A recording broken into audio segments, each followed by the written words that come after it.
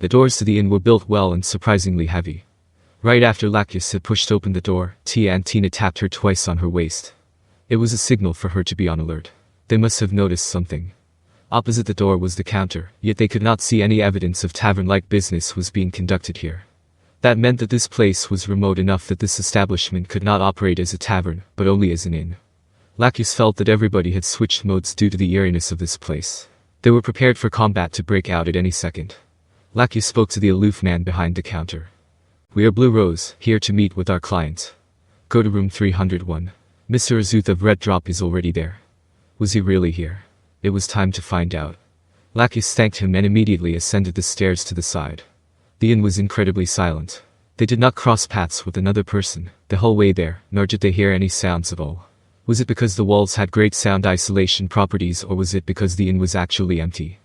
The group reached the third floor and found the amount of rooms on the floor to be surprisingly low. The rooms on this floor were probably huge. Lakyus knocked on the door that had a sign marked with the number 301. "Uncle, it's Lakyus." After focusing her ears, she faintly heard a man's voice on the other side of the door saying, "Come in." The volume of the voice was so low that she could not tell if it was her uncle's or not. After blocking Tina, Lakyus pushed open the doors herself. The interior of the room was vastly different from its exterior.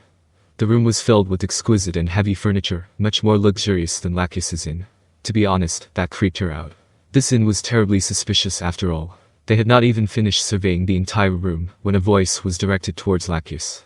"Oh, Lakyu-chan. Long time no see." "Uncle." That was indeed her uncle's voice. Lakyus forcefully slammed the doors shut towards the direction her uncle's voice had come from.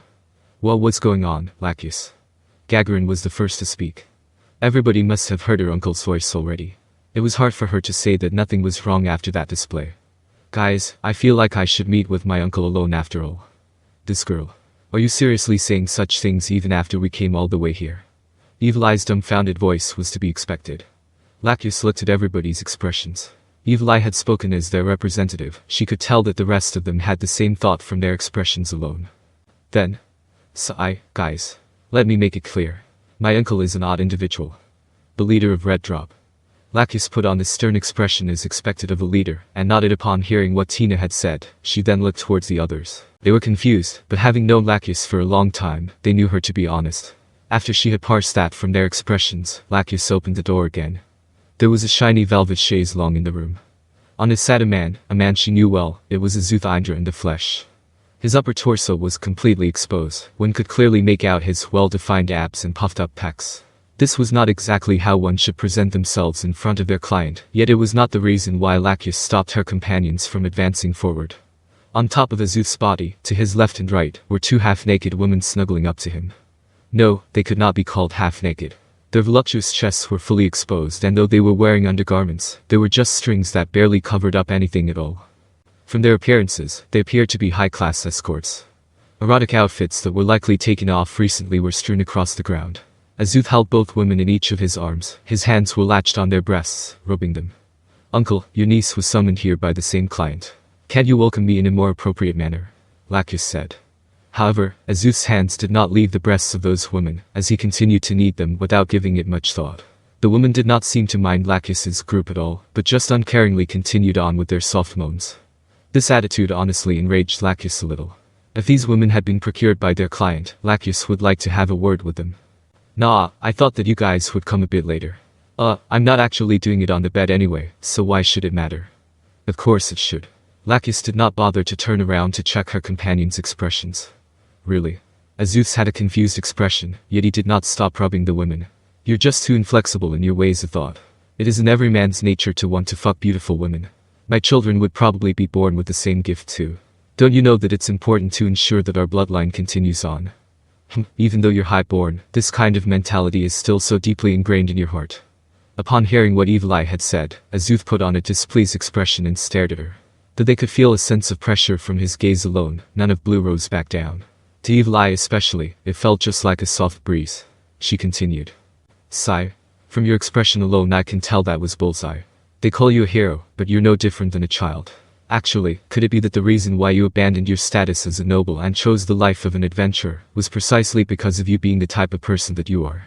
Anyways, this is no attitude to receive your clients. Ladies, begging. What's with this child? The woman lying on the right glared at Evileye. Sigh, what a bother. Hey, Indra, is the room on that side still vacant? Evileye pointed towards a door that was not the one to the corridor. Ah, that's a bedroom, I've checked it already. Is that so? Then send them there. What's with this child? What is she trying to do? The woman to the left glared at Evileye with an angry expression. Don't you act all high and mighty now, you're just a brat who won't even dare to show their face. Sigh. Charm person. Go. Ah, yes. Understood. The woman on the left stood up immediately, prompting the woman on the right to take on a shocked expression with her mouth wide open. You too. Don't forget the clothes on the floor. Before the woman could respond, her charm person had already been cast. The woman obediently walked into the adjacent room. Azuth pouted and raised his shoulders. From an adventurer's perspective, what Evileye had done was no different than someone drawing their blade, yet he did not appear to fault her for it. Though she did not want to admit it, Evileye saw him as pretty lenient in that regard. Evileye, good job. Tina raised a thumb to Evileye, to be brave enough to let women who could have been assassins get this close to you, as expected of an adamantite-ranked adventurer. Were they? We were trained to do those things back then as well. Women who were not gifted in raw power or arcane talents could only resort to weaponizing their femininity. Though Gagarin cannot relate at all, I'll still explain their methods. First, Evileye tuned out of Tia's explanation and spoke to Lakyus instead. It would be troublesome if that wasn't done. Well, I won't interrupt you with this topic anymore. Speak of whatever you want, I guess. Thank you, Evileye. Now then, ha. She was already exhausted before she had spoken a single word. Now then, uncle, our client this time around is extremely suspicious. Who are they? Oi, you came here without knowing about them. There's someone with a massive organization behind them, probably. Probably. Speaking of which, are they someone you are familiar with? I haven't met them in person. If they knew their manners, they would have given me their name. If they intend to hide their identity, then. Azuth smiled. They must be someone shady. So, what are you planning to do? What do you mean, what do I plan to do? If you guys want to flee, leave this place, you can use the path I planned out. We do not intend to leave. Lakyus felt everybody's gaze on her. Peeved. Think over it. The Sorcerer King's army has killed every civilian along its way towards here, and razed the cities too. To think that the capital would be any different, aren't you being a little too naive? Then, uncle, let us fight side by side. It's impossible. Because I did not confirm his power directly, I could not say for sure. But if the rumors are all real, we can't win against that guy. Only a monster could fight that monster, it would be unwise for humans to intervene. Azuth sighed tiredly. Lakyus had never seen her uncle like this. I knew this was a waste of time, that was why I did not bring the rest of the team along. I also told my brother to run away. But, none of them did, right? Ha. What a bunch of idiots. But, he did put his child under my care. They were taken by my companions to the council state and are probably, there already.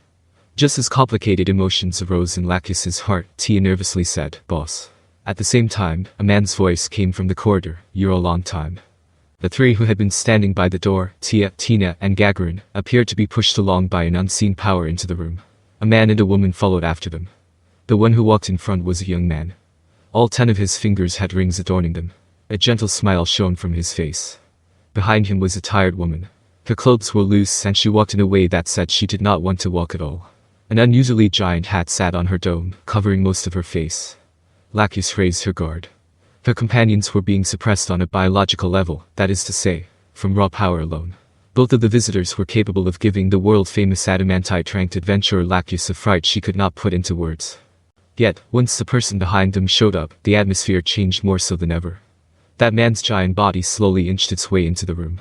His appearance was that of an axe-wielding barbarian. An intense, overwhelming pressure emanated from him that made them feel as though the space around them was being distorted. The two in front of them were indeed strong. But that man is far more powerful than them both. Lakyus could not move, as if she was being suffocated. As an adamantite-ranked adventurer, she had defeated numerous powerful monsters and demi-humans, yet they all paled in comparison to this man. He might even be stronger than the skull-wearing demon that appeared during Jeldabia's disturbance.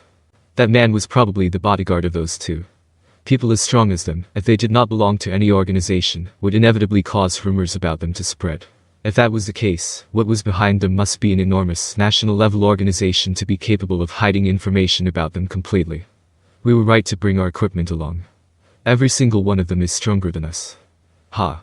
I don't remember hearing about people like them within the kingdom. Oi, you're late already, so don't go around spreading that dangerous aura. Did management mandate that you do something this boring? The woman Azuth was mocking objected. To bring whores along, how impressive, old man. This is not a love hotel though. Azuth responded in kind to her. This place was the exact reason why I called them over. I wanted you all to be as disgusted as I was. The woman snapped her mouth shut as she adopted an expression that was hard to look at. She did not object to what Azuth had said, meaning that this sin was indeed connected to them. There were only two countries that had the capability to set up national-level organizations. One was the Council State, the other was the Theocracy. The latter was far more likely.